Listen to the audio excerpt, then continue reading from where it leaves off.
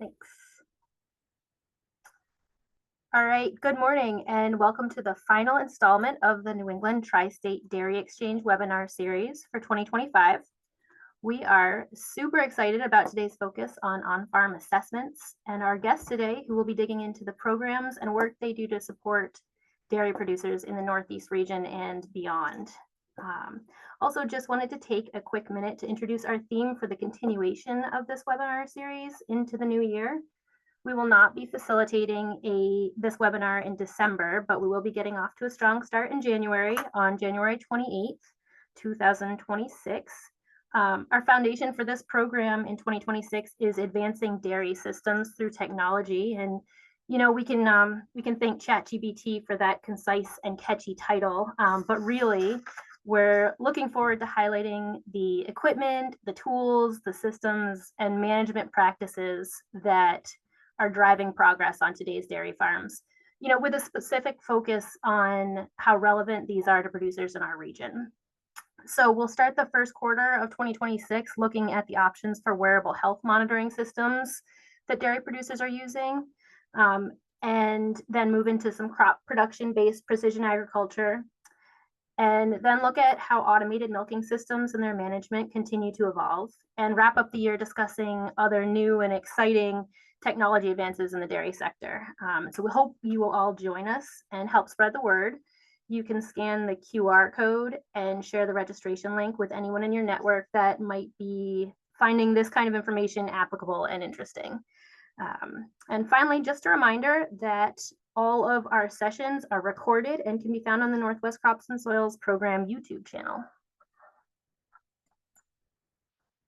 Quick reminder that our mission for the Tri-State Dairy Extension Team is to advance dairy management, address shared industry challenges, and foster innovation through collaborative educational programs across Northern New England. And our team consists of Glenda Pereira of the University of Maine Extension, Sarah Allen of the University of New Hampshire Extension, and Whitney Hall and I of the University of Vermont Extension Dairy Team.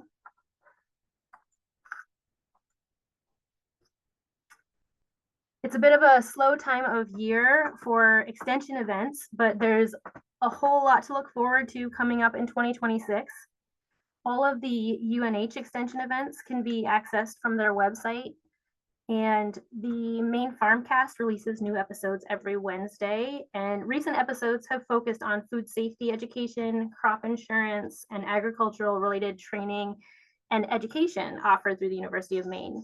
And that includes the 2025 Maine Cattlemen's College that will be held on December 6th in collaboration with the Maine Beef Producers Association.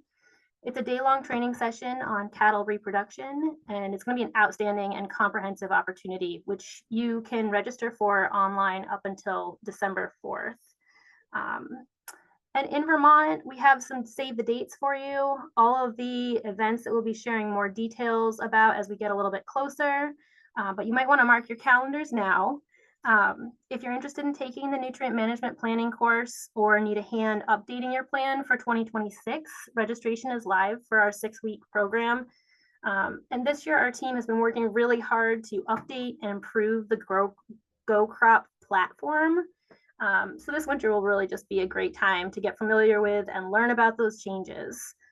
Also upcoming in February and March of 2026, the Vermont Dairy Producers Conference, the No-Till and Cover Crop Conference, and the Dairy Sustainability Day Conference, all one-day opportunities to connect and learn, and you can access the registration for those events on the Northwest Crops and Soils events page, and I will be just dropping a whole slew of links into the chat for all of this stuff shortly. Just a quick plug for the Northeast Grazing and Livestock Conference coming up in January. It's going to be in New Hampshire on the January 30th and 31st. It's not an exclusively dairy-focused event, but the agenda is up on their website, and it's stacked with some phenomenal speakers and workshops. And so if you are nearby or interested, that is going to be a great 2-day conference. All right, our featured podcast this month is Dairy Digressions, just hosted by Matt Lucy.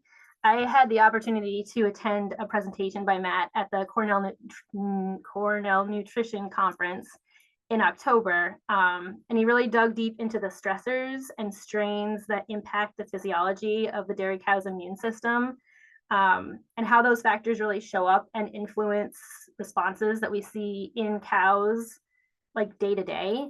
And it was so interesting and enlightening, and everything he said just made so much sense. So make sure to add dairy digressions to your queue for some really comprehensive but totally applicable knowledge sharing.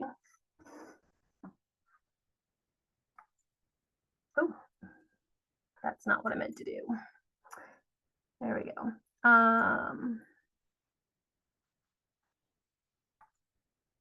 Sorry. Okay. Very soon I'm going to stop talking and turn this over to our speakers today.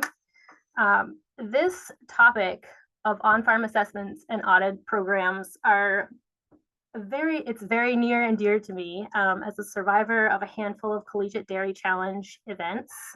So we have so much gratitude today to have Dr. Clem Nash of NOVUS International.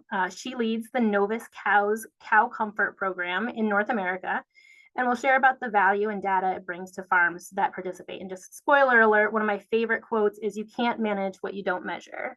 And this program really brings that to the table for farms. After Dr. Clem Nash speaks, Dr. Bill Stone, the Technical Service Director with Diamond V, will share about on-farm TMR audits, which I'm super excited about also. And afterwards, we'll have time for questions, but feel free to drop them in the chat at any time. So Clem, if you want to share your screen, I'll stop sharing.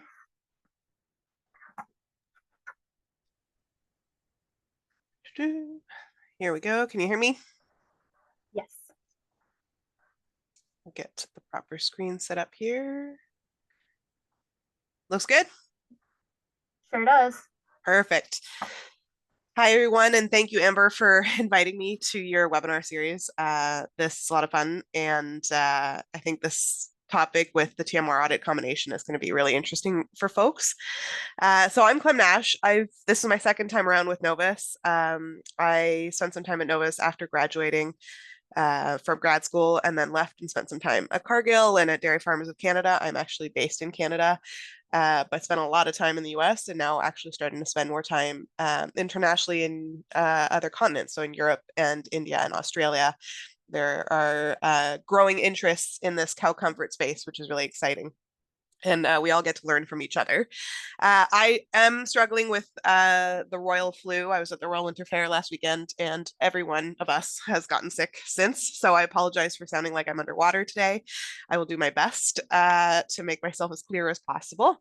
So today we're going to talk a little bit about the C.O.W.S program, the value-added service that NOVUS does. We are a feed additive company, but we quickly realized that even though we have high quality ingredients, so organic trace minerals and amino acids, no grams of copper or zinc in the ration is necessarily going to solve a problem that starts with management issues. And I think Bill will probably speak to that as well. And in our case, we focus really on the environment that the cows are spending a lot of their time in. So that pen, that holding area, open lots if they're outdoors. So what you'll see here on this cover page is a photo of a pen of cows. And I'm going to see if anybody will volunteer and speak to what the cows are telling us here in this pen, in this photo. Are there any flags that we might be able to see? Anybody brave enough to speak up? Well, nobody's down.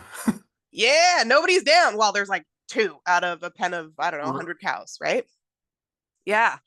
Now, from there, so you're seeing a lot of cows. A lot of them are standing. A lot of them are what we call perching. So 2 feet in the stalls, 2 feet in the alleys, which is a very non-productive behavior.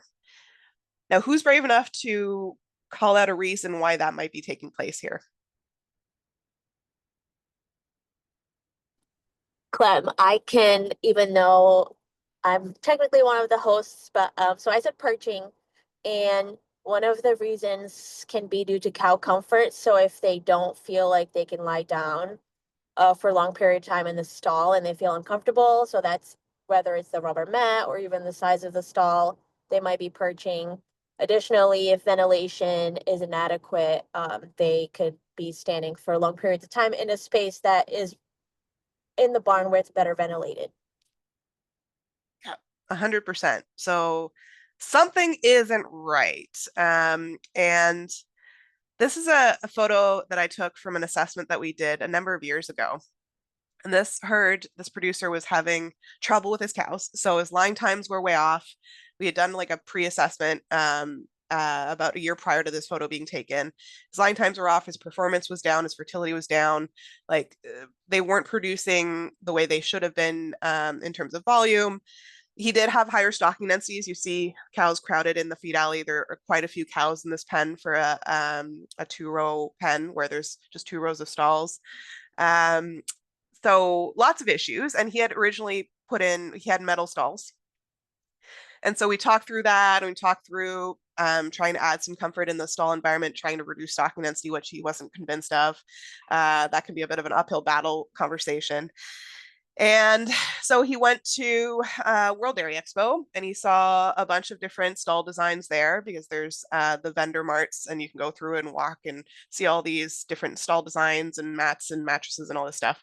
And he picked out this flexible stall system, which realistically is one of the most innovative things we have in the cow comfort space, even though it's really not that much of an advancement, considering the advancements we're seeing on things like genetics and nutrition management. But hey, we'll take what we can get. So these are flexible stalls. They move out of the way. When cows get in them, they bend. They're made out of PVC pipe. You can see the neck rail. If I can use my pointer here, air options visible. There's a little loop. So then the neck rail where the stalls are, when they push, theoretically they can go up and cows aren't getting stuck underneath them and breaking their backs and things like that. So they're said to be more comfortable. And he also got some new mats in. And he asked us to come back a year later, about 6 months after he'd done this install. And he was very upset with us because things had gotten worse, not better as a consequence of this. So what is going on? And all you have to really do, cow comfort is really, it's not rocket science. It's really paying attention to the cows and trying to perceive the environment like a cow would. And we can tell clearly here there are issues. And when we drilled down, what we found out was that the dealer that was selling these flexible stalls, they come in all different colors now, the PVC, they were originally just the green ones, but now there's red and blue. They basically said, well, these are great because they bend, and I know you have high stocking densities, so because they bend, we can actually make them smaller and add more stalls so that you have more stalls for your cows. Which on paper, yes, makes sense. The banker, yep, makes sense to the banker too. In reality, even though these stalls are made out of PVC pipe that bend, realistically, they're still quite uncomfortable. And we've trained cows to respect barriers, right? So if we look at these neck rails, can a cow 4-foot stand in the stall and lie down properly instead of diving underneath it? Not really. And yeah, at World Dairy Expo, where there's 1 or 2 stalls as demos, you lift that pipe up and it's like, oh yeah, they just move out of the way. When you add 120 feet to it, it ain't 5 pounds anymore. And I've never seen cows work together to move a neck rail. So it is quite heavy. They index themselves back. They respect those boundaries. And now they're all perching. They have to dive in those stalls. Once they're in the stalls, they have to bend the PVC out of the way. It's creating pressure points on their backs. And the cows just don't want to use them. So you've basically spent hundreds of thousands of dollars trying to improve the comfort of your barn without actually realizing that this is the exact opposite of what the cows were asking for. And that is fundamentally what our program tries to do. So yes, we did an assessment. Yes, we called things out. And then when trying to make these improvements, things kind of went backwards because we weren't paying attention to the cows, and the farmer called us back to be like, the solution isn't working. We came back. All we had to tell him is move that neck rail up about 6 inches, widen your stalls a couple inches, lose a handful of stalls, reduce your stocking density by 15%. And today he is one of the highest performing herds in his area for his herd size. That's all he had to do. He didn't have to spend really any more money. And actually he gained money because he sold some cows. And the bulk tank results did not change. So that is what the cows program is. It's looking at the cows first and then sorting out the environment, keeping cows as the front of the line first to think of when making adjustments. So I'm going to start rolling here. We're going to get through as much as we can. I know that introduction took a lot of time, but it basically covered 90% of the stuff I'm going to cover anyway. So here's our team. We have a team of C.O.W.S technicians across North America, both in Canada and the US. And now we're building, we've got somebody who's trained in doing work in Mexico. We're looking at Europe and training folks there, Australia, New Zealand. It's a really growing popular program. It kicked off back in 2010. We did a pilot in a handful of herds in the US, well, a handful, 120 herds in the US. It's hugely successful. We've since done over 2,000 assessments, impacted over 2 million cows. We have the largest, or one of the largest cow comfort databases in the world, which is awesome, especially now that AI and big data analysis is becoming more and more advanced. We're starting to really dig in and pull some insights out of the database that we have. That database is made up of a whole bunch of assessment data points. So we go on farm, we do a management questionnaire for all things like feed bunk management, how often they push up, things like that, stocking densities, hoof trimming routines, transition cow process and protocol, all those kinds of things. Plus, we do all our on-farm measurements. So things like putting pedometers on cows for lying time, hock and knee injuries, lameness, body condition at request, and then management facility measures, stall design, time, budget, stocking density, all this stuff. It takes us a good full day to do all of these measurements. We don't necessarily take the word of the producer when he tells us how many stalls are in the pen or what his level of lameness is. We do those measurements ourselves, and more often than not, they don't they don't always line up because stalls break, or even though we wanted to install stalls at a certain dimension, when the builders made it happen, things kind of went sideways. So we like to take those measurements to really identify what's actually going on with the cows. And then this little scale that we see here is just the benchmark. So when we do an assessment, we come back with the results of the farm once they're analyzed, and we compare them to a sample of herds within their region that is comparable, so they can see where they stand. And that little diamond is where they sit on that low to high scale, with the farm that had the lowest score on the left, the highest on the right. Sometimes you want to be on the bottom, like lameness. You want to have low scores. Sometimes for lying time, you want to be more in the middle, because the extremes are where the problems are. So that is essentially the C.O.W.S program. It's by request with NOVUS customers. We also, instead of just doing full assessment programs for those customers of ours that just want to have more knowledge in cow comfort, we do training programs and things like that as well. This is kind of what the report looks like. When we do the report delivery on a farm, we try to get everyone around a round table, including the trimmer, the vet, anybody who's on the farm team, staff, herdsmen, etc., to try to get everybody on the same page on what the cows are telling us, and then what the environment is looking like that might explain what the cows are telling us. So first measurement that is really one that people talk about a lot is lying time. There are a lot of on-farm sensors out there, tags, collars, whatever, that claim that they detect and identify lying time. More often than not, they're more targeted for heat detection thresholds, and so the lying time accuracy is not great, which is why we use our own data loggers. They're accelerometers. We put them on a sample of cows in each assessment pen, and they stay on for 4 to 5 days. And we get them back, they get them sent to us, we download them, and we analyze the results. So here is a subsample of data that I pulled. It's probably about 7 or 8 years old, because I wanted to pull some tie stall data in from Canada, because in the Northeast we do still have quite a few tie stalls in the US, even though people don't talk about them very often. Most of the tie stall data we have is in Canada, and it's a few years ago, and now we're starting to collect some more of that data today. But I wanted to benchmark these various regions around lying time averages and discuss them a little bit.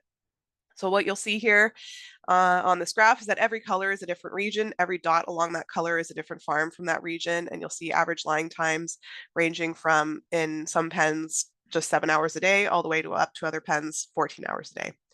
It's pretty easy to call out here that tie stalls have higher lying time.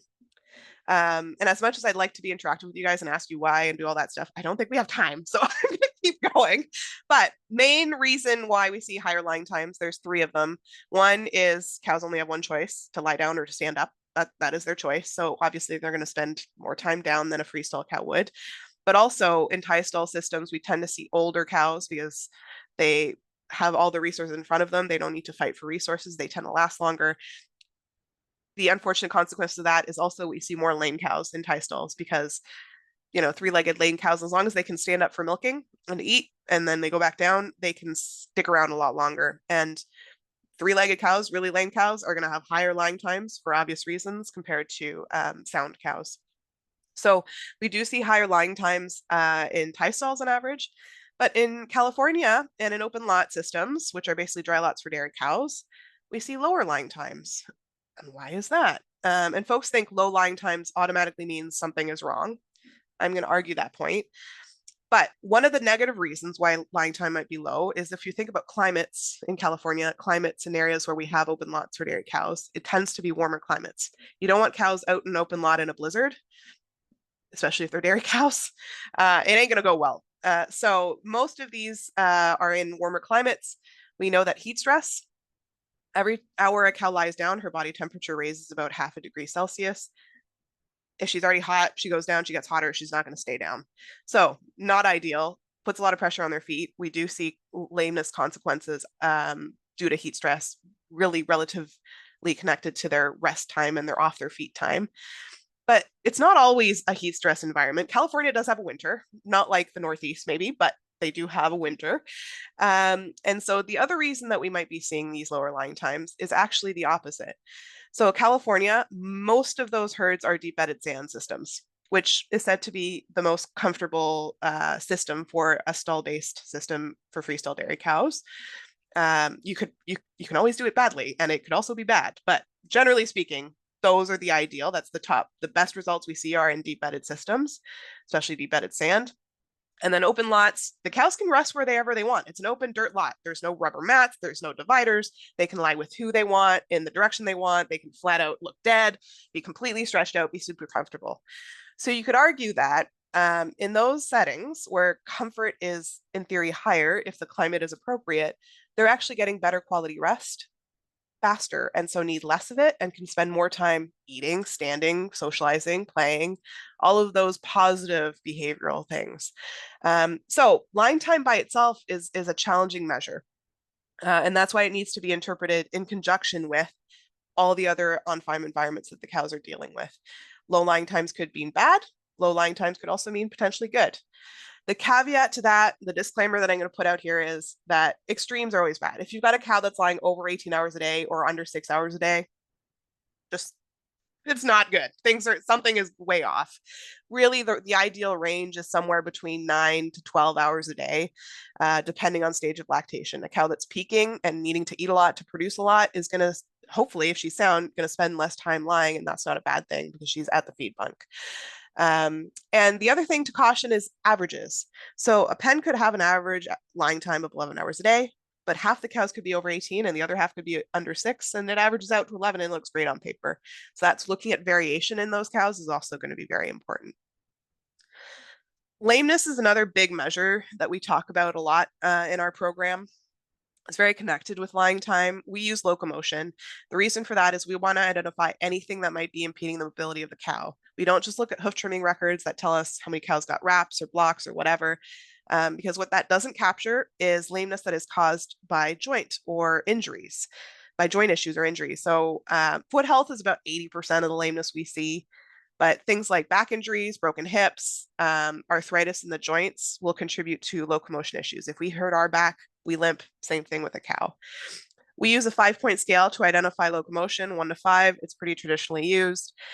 We don't focus on back arch. Back arch is one of those things where it may or may not be there. It's usually more present in more severe cases of lameness, and we want to identify lameness as soon as possible. Like even the hint, the slightest hint of something being off, we want to identify, because those are the cows that are recoverable and that we can circumvent the cycle of lameness sooner than a cow that's been chronically lame for years.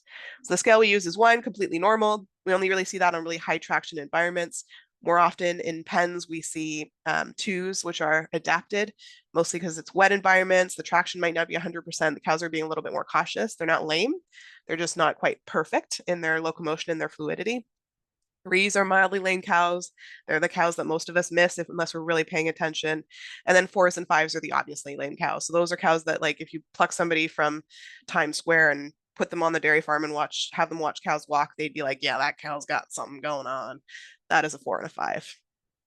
So if we watch videos real quick, I'm going to play them on repeat a couple of times because usually the streaming isn't super great until it's played a couple of times. This is a cow that's a 1.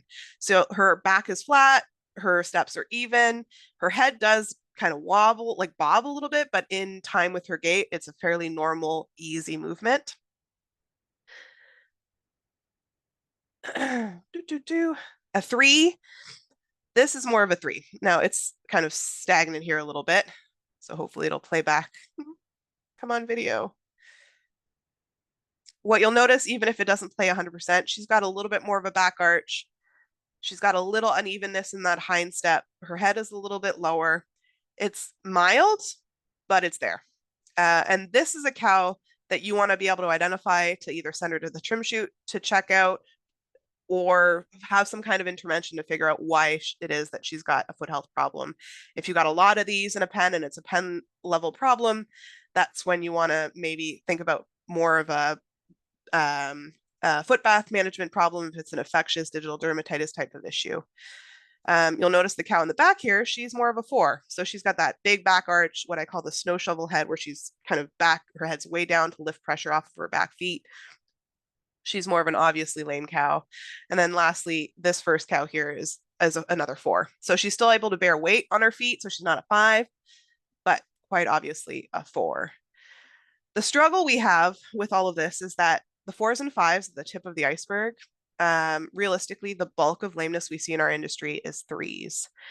And the challenge with 4s and 5s, if we keep having them, is the longer that a cow is chronically lame, the more likely she is to have permanent changes and arthritic changes in the bone of her feet, which mean that no amount of trimming once this happens, or foot bathing or what have you, is going to solve the lameness problem, even though that cow is now constantly going to the trimmers, taking up a spot that could have been a cow that was a 3 that might be actually curable and fixable. This is the distribution of lameness we see in our various regions. So you can see that what's shocking is that the Canadian robot herds that we did about 10 years ago had the highest level of average lameness. Tye-Stall second highest, and then everybody else ranged from 0 to close to 90%, depending on the herd and the management. Big reason why we saw a lot of robotic herds have high lameness. That's a good question because most people installed them thinking they're the best for cow comfort, et cetera, et cetera.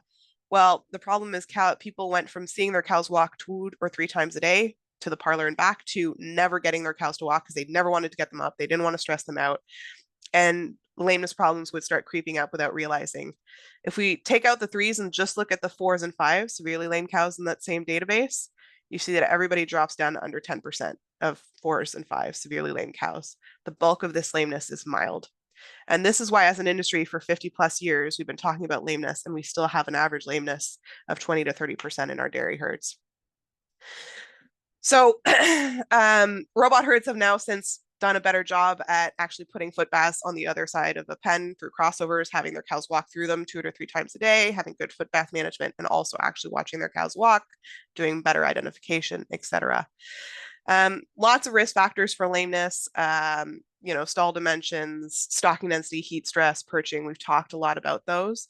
I don't have a lot of time to kind of go through that or the injuries per se. But what I will say is that this cow's assessment does really its best to identify all of those problems on the cows first before making assumptions on the environment. I've seen the worst types of facilities. I walked in and been like, man, this probably looks, the cow's probably struggling. And the farmer was very well aware of where the limitations were and managed within them and was able to have cows that succeeded quite well. And I've walked into completely brand new facilities that are gorgeous and immaculate, and you think they're going to be great for cows. And the cows walk in there and everything goes sideways. The concrete's too rough. The cow's feet start falling off, basically. And the ventilation is inappropriate and it's just a mess. So you can't judge a book by its cover right off the bat. You really got to look at the cows first and then figure out if it's working or not for them. We know that non-dietary factors affect, and particularly management, affect a large proportion of the variation within performance from herd to herd.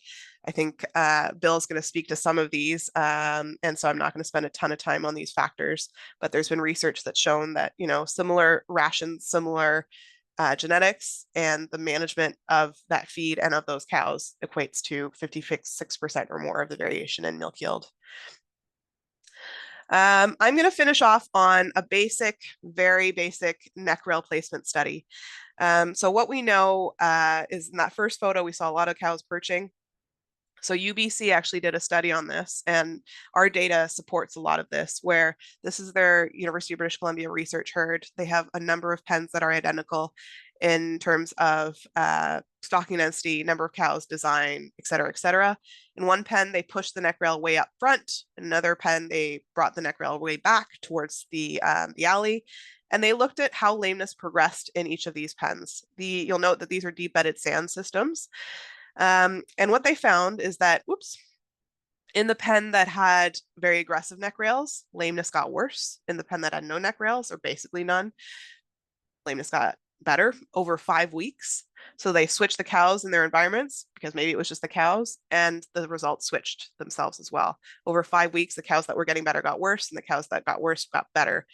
So even in 5 weeks with an adjustment to up the stall design, you can have a significant impact on the well-being and comfort and stress levels of your cows. So that's where I'm going to end things because I'm at time, but I will leave my information here at the end. And if you have more questions or interest in learning more about the C.O.W.S program, feel free to reach out to us at cows@novusint.com. It's a really cool program. We've got tons of information and we have a lot of fun doing it. So that's all I got. Thank you for your time. Oh, thank you so much. If you want to stop sharing and Bill can get his screen up. Yep.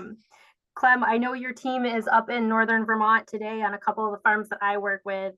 And I've sat in on those presentations in the past and have just been so impressed by how they communicate the numbers and facilitate the conversation with the whole farm team.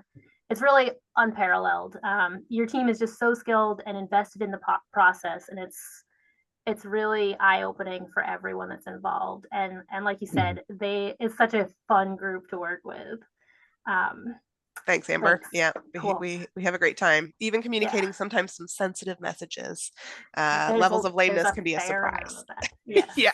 But they handle it so well. Like they know what to say, and it's really impressive. All right, we'll move right into the next part of our session here. I'm super excited to introduce Dr. Bill Stone of Diamond V.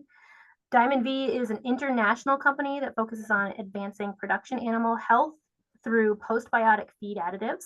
And I first learned about the TMR audit program that this company offers to dairy producers when I was visiting dairy farms in Washington State this past winter. We had the opportunity to sit in on a weekly farm management meeting on a large dairy that we were touring out there. And it just so happened that this farm had just completed the TMR audit, and the Diamond V representative was there presenting the data that they had collected. And the impact and the information that they had was just clearly and immediately put to use by this farm team. And it was really cool to see. So thank you for being here with us today, Bill, and I'll turn it right over to you. Great. Well, thank you, Amber, for having me. Thank you, everyone, for being here. And thanks for sharing that little story about some of my hard-working colleagues there. Now, as Amber said, we're going to talk some today about working to minimize variation between formulated and consumed rations, and really get into what we call our TMR audits. Like Clem, normally we spend more time on this, really going over things. So I'm going to try to hit on some higher points and get you introduced to the program. Why we got into this whole TMR audit area, if you think about milking and feeding systems, with our milking systems, we typically have a lot of things going on already, where we know milkers need to be retrained. We know new milkers coming in have to learn that routine. We have equipment that's being evaluated, equipment that's being maintained, if it's liners or water heater or the regulator or whatever. But there's lots of things that we're focused on with the milking system. And often with the feeding system, it is, do the cows have feed? Yes, boom, got that done. Let's keep on going. So the idea was, let's put together a program where we can really try to evaluate better this feeding system. That is our TMR audit. We try to look at a bunch of different areas, from bunker management to what we're seeing with the bunkers, with the forages, our dry matters appear to be accurate, and are they doing things like prepping forages, which we will take a look at that one. How accurately are they making these loads of feed? I want to really spend time today on the mixer wagon and things we've learned in that area that can really influence its success and how good a job it's doing. And of course, while we're doing this, we'll see areas of strength that maybe we can do some improvements on, or with the feed bunk itself, how and when are cows being fed and what might be some considerations there. And finally, worker safety. It's usually some areas we can see that need to be brought to everyone's attention as well. I like to always take the feeders to some different operations and show them some ways that other producers and feeders are doing things so they can see like, wow, man, my bunk does look bad, or I really can do things differently and better, and share some goals with them on what we're really after here in managing our bunks and managing our forages. One thing we really push is trying to get these forages removed from the bunker and blended prior to going into that mixer wagon. And the reason, of course, for that is we have so much variation across these bunks. We want to get that blended so we have a great uniform feed going in there for those cows. So that's one area that we always really push for. And then, as I mentioned, just taking them to some other operations. Here we've got this corn silage face. You can see where there's a little bit of rot that was on the top that's been removed. Got tires all along that leading edge of plastic. Nice, well-managed, straight face here. The plastic I like to always spend some time on because we can do so much work trying to get this a good job with our forages and then fall back on plastic management and lose some of that quality. So here, just a real well-weighted down leading edge, or another beautiful one here. So again, bringing these kind of this vision to a feeder that this is what my bunks can look like too. I got to change some practices so that it's going to be like that. Likewise with bags, I'm sure some of you have bags and sometimes they're beautifully managed. This producer has everything detailed on the bag. Each load is actually marked on the side of the bag. They've taken samples on that. That's in a spreadsheet. They know what's coming up there.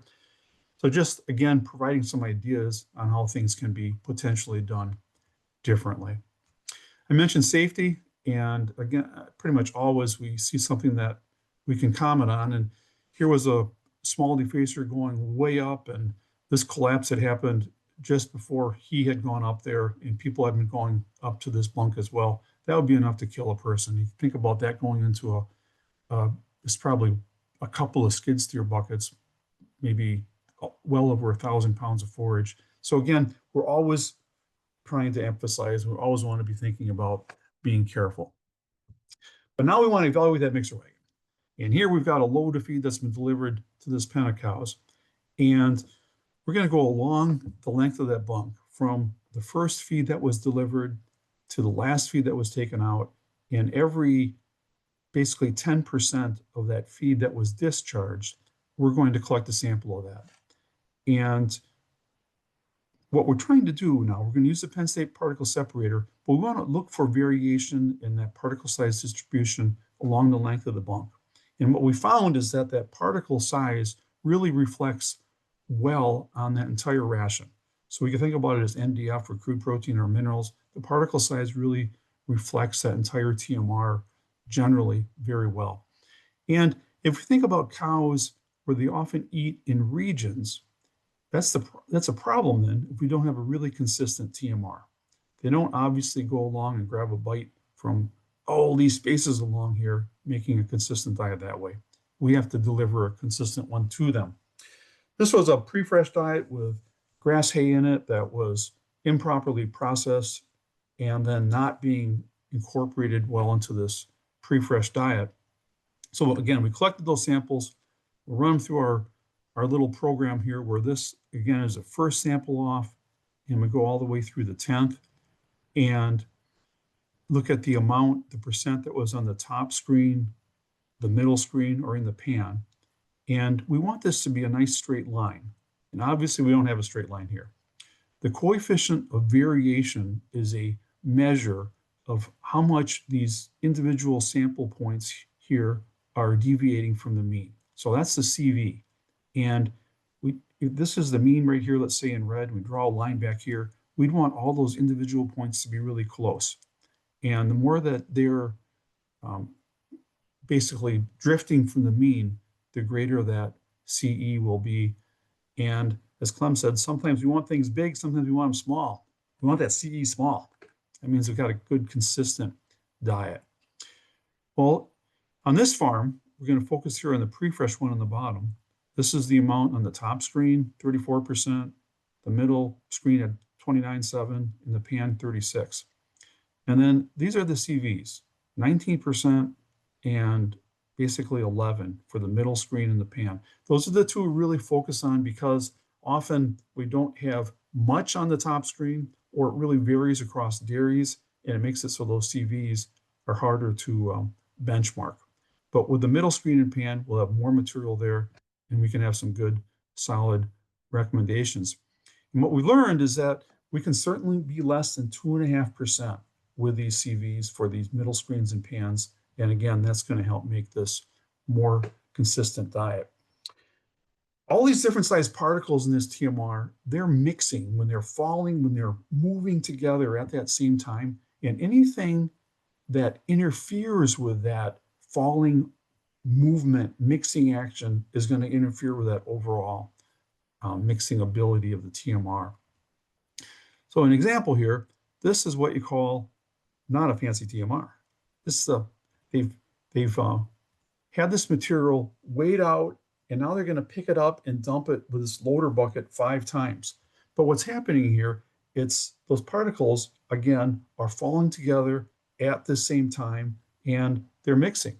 This then went into a delivery box, and it was delivered to the pen. So only a delivery box, not mixing there. But when the samples are collected, it was actually very consistent. And I use this again just as a point. We have to have those particles falling together, moving together to get them properly mixed. Well, we've done these audits now for I think about 12 years and across the nation and in other countries as well. And as we have summarized and looked at what are the primary causes of problems, hit upon these as the primary ones. And I'm going to cover the biggies here that are generally the biggies. And the first one here, equipment wear. This was actually one of my very first TMR audits. And we look at this dual screw vertical mixer here, and it looks like a pretty good paint job. And I'm thinking it looks actually pretty darn good. But if we look inside here, this is a great thing to do. You do it in a safe manner, obviously, but observing what's happening when a load of feed is mixing. And we want to look and see lots of really good movement. And what we're seeing here is some really big dead zones. A lot of feed that is not mixing properly at all. This is not going to be a good, consistent ration. So what was going on here, you can see looking at these augers, you can see how thin they are along the edge. As they're getting thinner and thinner, they're wearing farther away from that wall as well. And there's also supposed to be, on this type of a mixer wagon, what's called a kicker plate right here on the leading edge of this auger. And it acts kind of like a moldboard plow. And it's coming along and bringing that feed from the wall more into the center so that the feed that's rising with the auger, now it has a place to fall there along the sides of that wagon. And that's the mixing action. Well, we got really worn augers, and we're missing these kicker plates. That's what's going on. That's what this TMR looked like, which is obviously really bad. And here's an example of another mixer wagon now where there's a worn kicker plate, and now they welded on a new one. As close to this wall essentially as you can get, up to about a quarter, maybe 3/8 of an inch, but nice and close here. These things aren't perfectly engineered, so you need to turn it around to make sure it's mounted in the right spot. I want to show you a mixer wagon that's doing a great job. And again, think about these feed particles mixing as they're moving and falling together at the same time. And think about the mixture we just saw and how poor that movement was. And now we got great activity here. These are going to be good results. I know they're going to be good results because we got so much good movement there. And this is what it looked like from that dairy. So again, our top here in blue from one end of the bunk to the other, and red is our middle screen, and green is essentially our grain. So a good, consistent diet here. Those two loads we just looked at, here are the CVs, the really poor one with a poor movement, 11.3 and a 6.2, and the great movement, a 1.1 and a 1.2. So that's really how good things can get. I just got to show you this really quick here because I want to show you that even we think, boy, big dairies got to have things really aligned. They got all these people that are monitoring things. Well, here's a big dairy. This is 20,000 cows. This is their mixer wagon here. This is horrible. So these are totally worn out augers. And with a large dairy, they can wear out more quickly because they're being used so much more often. So I just wanted to make that point. Boy, we see this everywhere. Mix time after the last ingredient, we should be using a timer. Timers are the best way to do it. When you just say that, boy, it takes me so long to drive up to the barn. Well, that's a real issue. You may have different barns. You could have different slopes that are going along there, and changes in elevation where the whole wagon is not level. So anyway, we got to watch our time. We got to watch where we're mixing as well. This was simply going from 3.5 to 5 minutes, and these CVs were brought from a 3.1 and 4 weight down to our acceptable range here. Okay, so mix time is a biggie. Load size, I think I'm going to skip the video, but this guy actually comes in and puts more in this already really overloaded wagon. Real loggies, remember those feed particles they're mixing when they're falling together at the same time. If that whole drum is full, now it's turning around like a drum, it's not falling well on the far side, all of those particles locked inside that drum aren't mixing. And we're going to have a ration that will vary throughout that bunk. The levelness of the mixture during loading and mixing. Sometimes it's really obvious, like this point right here. This one, it's obvious because we see so much more feed coming up front. Otherwise, it wasn't really very apparent. But really interesting results here. I thought this was a Treely. That's a good mixer. It was in good shape. I thought even though it was a bit unlevel, I think it's going to do it. I was wrong. So this is what our results were. They unloaded this load of feed that we saw there to 2 different pens. This is the first pen, and it's focused on the grain. We've got about 40% grain for the 5 samples to that bunk. It had 40% grain. Then it went to 50% grain, and the last 20% of that pen received that. The rest of the load for the next pen was at 50% grain. This is the mean here. That's a huge difference. They're on the same diet. One's getting 40% grain, the other 50% grain. And that, again, was because it was not level. So they had actually modified this mixer wagon, made it so it was level. And here's our results after that. And here's what our CVs were. So the load that we saw where it went from 40 to 50% grain, a CV of 4 and a 10. And by leveling it out there and making another little change with the haylage, drop that down to, as you can see, a 1.1 and a 2.1. So some little things on how we use that mixer wagon can really be important. I want to share just a little bit on longer particles. A lot of our larger dairies will have equipment in place. This is a hay buster, which does a good job processing straw.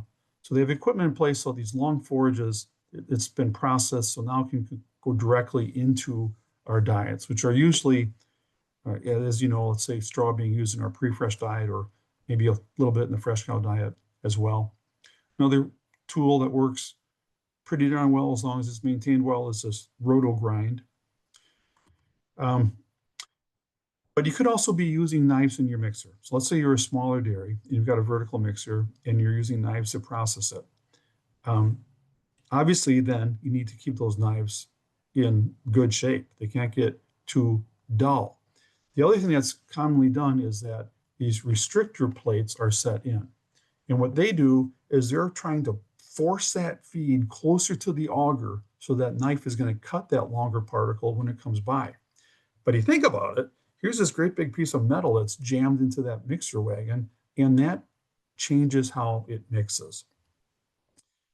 Just to show you what that looks like a little bit.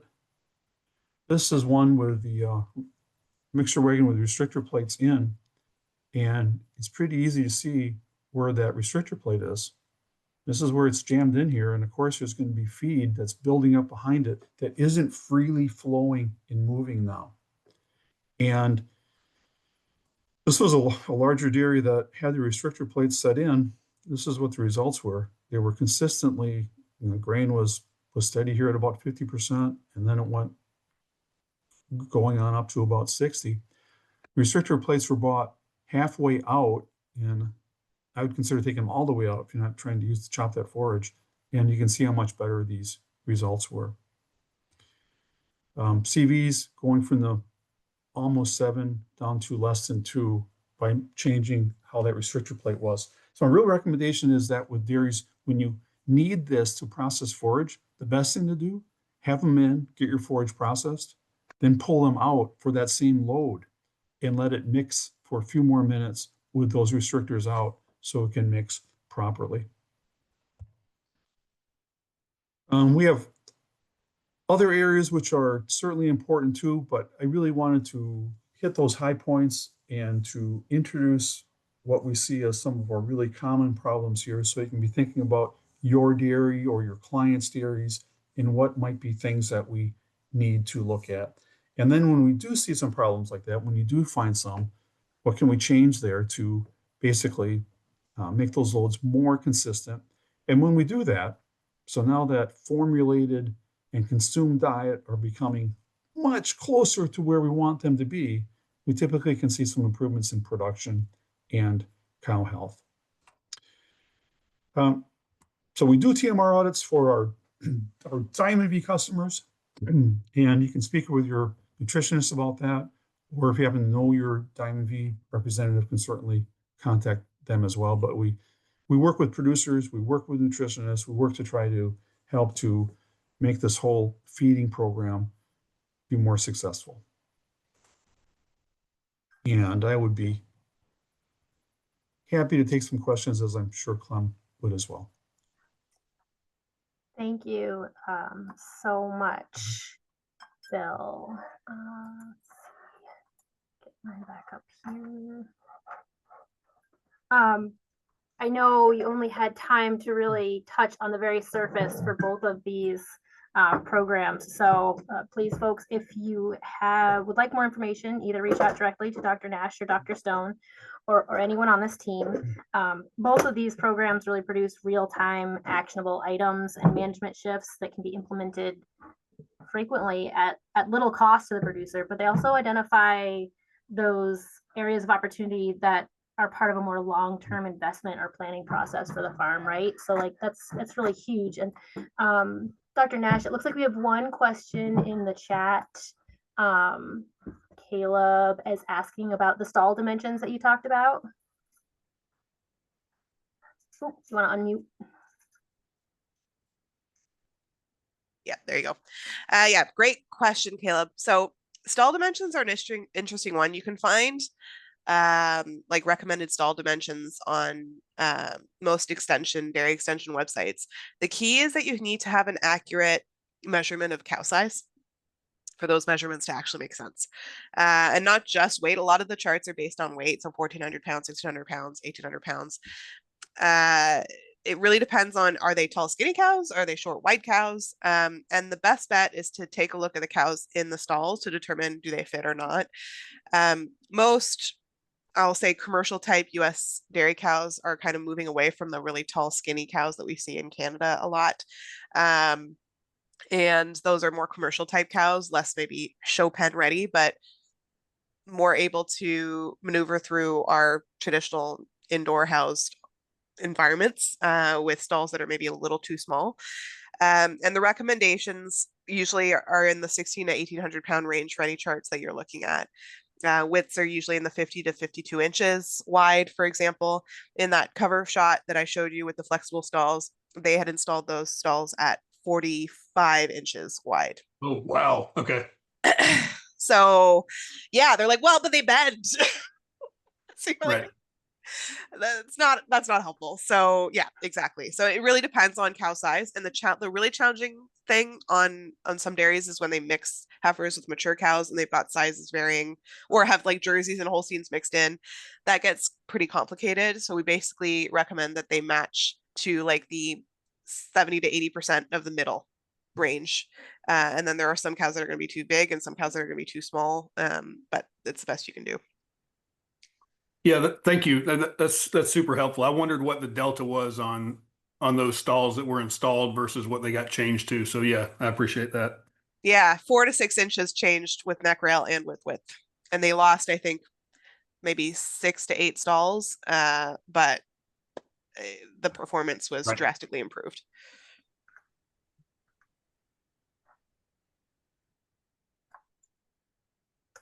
All right, thanks so much for making the time today. We're looking forward to more of this in 2026 as we focus on topics that align with advancing dairy systems through technology. And just a final quick ask, if you could scan this QR code and take a quick survey about this webinar series, we would greatly appreciate your feedback. Thank you so much, and we hope you have a great day. Bye, everyone. Thank you. Thank you. Thank you. Bye-bye.